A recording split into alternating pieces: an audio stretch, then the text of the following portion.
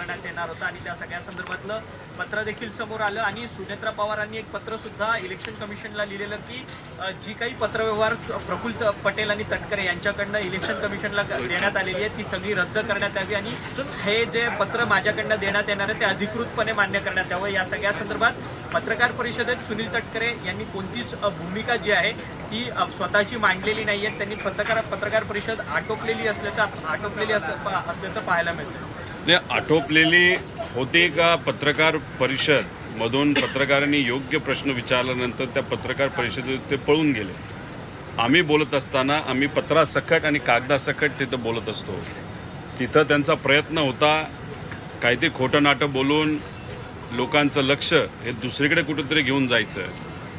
पण शेवटी पत्रकार हे पत्रकार असतात, अभ्यासू पत्रकार आपल्या महाराष्ट्राचे आहेत आणि योग्य प्रश्न हे विचारल्यामुळे त्यांची थोडीशी तिथं कोंडी झाली।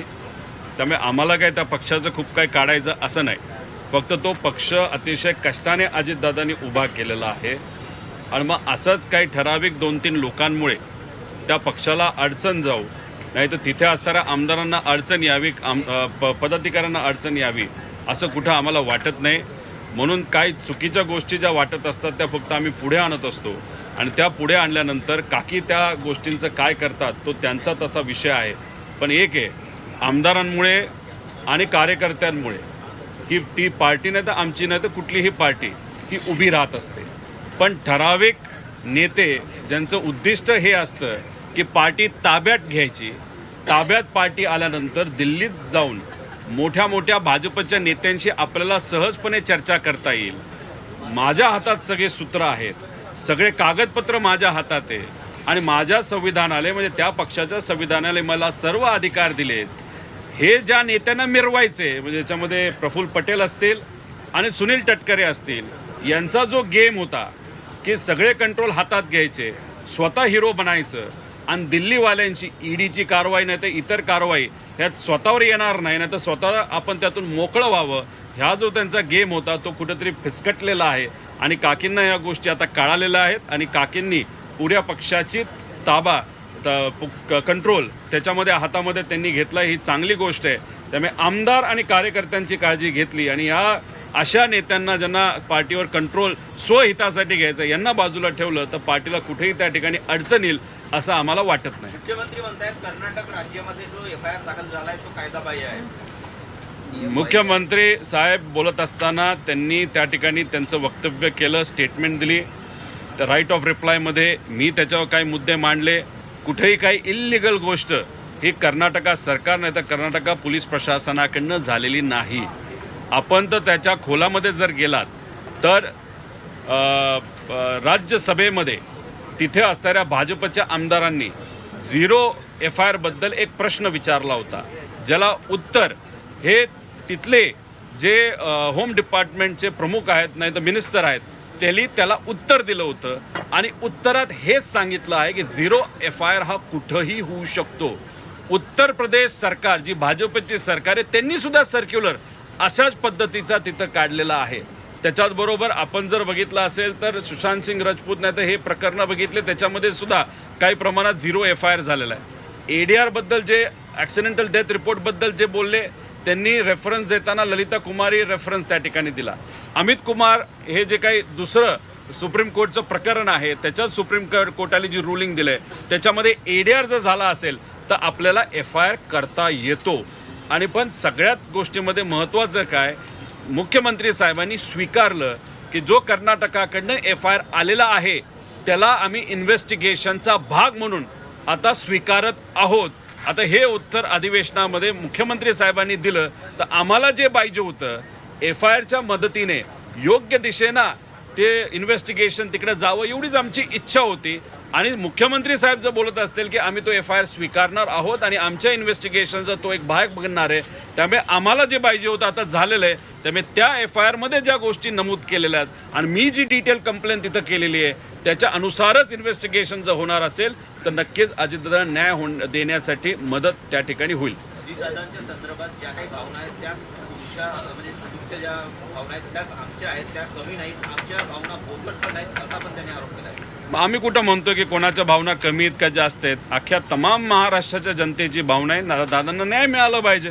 त्या जनतेमध्ये मी सुद्धा येतो, पार सुद्धा येतो, जय येतो, काकी येतात, CM साहेब येतात, एकनाथ शिंदे साहेब येतात, सगळेच त्याच्यामध्ये त्या ठिकाणी येतात. त्यामुळे आम्ही सर्वजण नागरिक आहोत. आमच्या सगळ्यांची इच्छा आहे की दादांना न्याय मिळाला पाहिजे. त्यामुळे वेगळं तिथं काय होतं असं काय नाही. शेवटी आम्ही सर्वजण भावनिक आहोत. योग्य दिशेने तपास जावा एवढीच आमची इच्छा होती. FIR स्वीकारल्यामुळे नक्कीच ते जे तपास आहे, इन्व्हेस्टिगेशन आहे, ते राईट डिरेक्शनला जाईल असं तरी आज आम्हाला वाटतंय.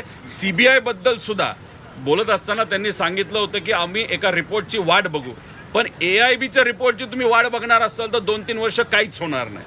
त्यामुळे तोही मुद्दा जेव्हा मी मांडला तेही त्यांनी स्वीकारला आणि स्वतः त्यांनी सांगितलं की मी जेव्हा दिल्लीत अमित शाह साहेबांना भेटेल तेव्हा हा मुद्दा घेऊन CBI कडनं सुद्धा तपास लवकर कसा सुरू होईल याची दक्षता आम्ही घेऊ असं त्यांनी सांगितलं. आता पुढच्या काही दिवसांमध्ये काय केलं जातं आणि काय होतं हे आपल्याला बघावं लागेल. असं देखील म्हणतायत की घेतल्यानंतर तुम्ही कर्नाटकमध्ये FIR दाखल केला. मुख्यमंत्र्यांचं म्हणणं आहे की महाराष्ट्राचं नाव बदनाम करण्यासाठी कर्नाटकमध्ये मी त्याच्यावर सुद्धा बोललो. एक तर राहुल गांधीजींनी सगळा विषय समजून घेतल्यानंतर त्यांना एकतर आश्चर्य वाटलं की FIR महाराष्ट्रात घेतला जात नाही आणि मला त्यांनी FIR बद्दल एवढंच सांगितलं होतं कि जिस राज्य में न्याय मिल सकता है उस राज्य में आप ट्राय क्यों नहीं करते. त्यांनी कर्नाटकाचं नाव नाही घेतलं, त्यांनी तेलंगणाचं नाव नाही घेतलं, ते दुसऱ्या कुठल्याच राज्याचं नाव त्या ठिकाणी घेतलं नाही. आणि मी सातत्याने हेच सांगतोय, गवई साहेबांवर जेव्हा बूट फेकला होता त्यावेळेस महाराष्ट्रामध्ये सुद्धा 0 FIR करण्याची अनेक लोकांची इच्छा होती, पण ती इच्छा पूर्ण होऊ शकली नाही. ती कुठं झाली तर फक्त कर्नाटकामध्ये झाली. आणि कर्नाटकामध्ये अशा पद्धतीने न्याय मिळतो हे मला दिसल्यानंतर मी स्वतः अजितदादांना न्याय देण्यासाठी FIR करण्यासाठी कर्नाटकात गेलो. कोणाचाही कॉन्टॅक्ट वापरला नाही, गेलो, बसलो, रिक्वेस्ट केली, रिक्वेस्ट स्वीकारली गेली, FIR केला, FIR दुसऱ्या दिवशी ट्रान्सफर सुद्धा केलं.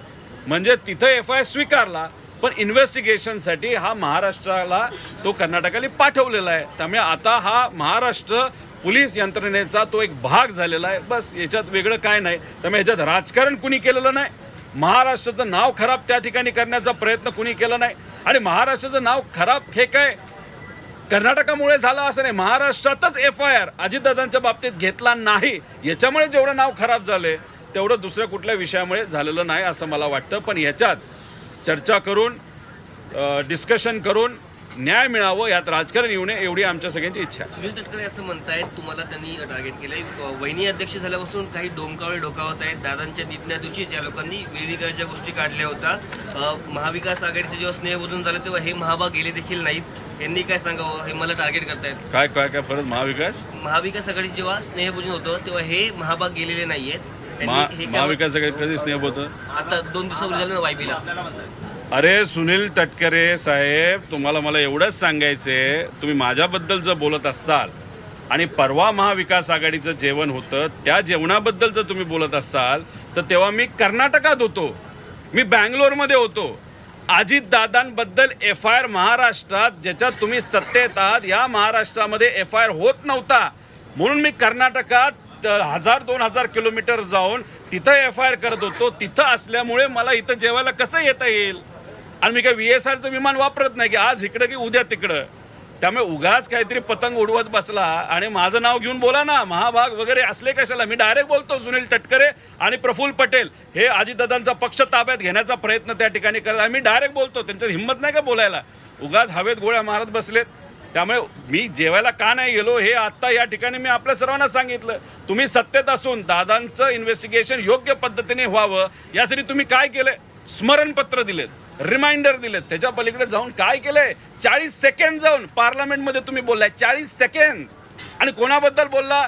एव्हिएशन मंत्री साहेबांना मी भेटून रिक्वेस्ट केली. अरे एव्हिएशन मंत्र्याचं VSRचं नातं आहे, आर्थिक पण आणि व्यक्तिगत पण. हे तुम्हाला काय कळत नाही का? त्यामुळे ज्या विषयामध्ये तुम्हाला इंटरेस्टच नाही, दादांना न्याय देण्यासाठी तुम्हाला इंटरेस्टच नाही, मग कशाला या विषयामध्ये जाता? उद्या जर कुठल्या बोंधूबाबाली सांगितलं मग कुठं काय केलं तर ती वेगळी गोष्ट. पण त्यांचा आणि बोंधूबाबाचा विषय, आमचा विषय दादांबद्दलचा आहे, महाराष्ट्राच्या स्वाभिमानाचा आहे. आणि महाराष्ट्राची जनता मागते की दादांना न्याय मिळाला पाहिजे. यासाठी आम्ही जो काय करायचा असेल तो प्रयत्न त्या ठिकाणी केलेला आहे आणि उद्या जाऊन करणार सुद्धा आहोत.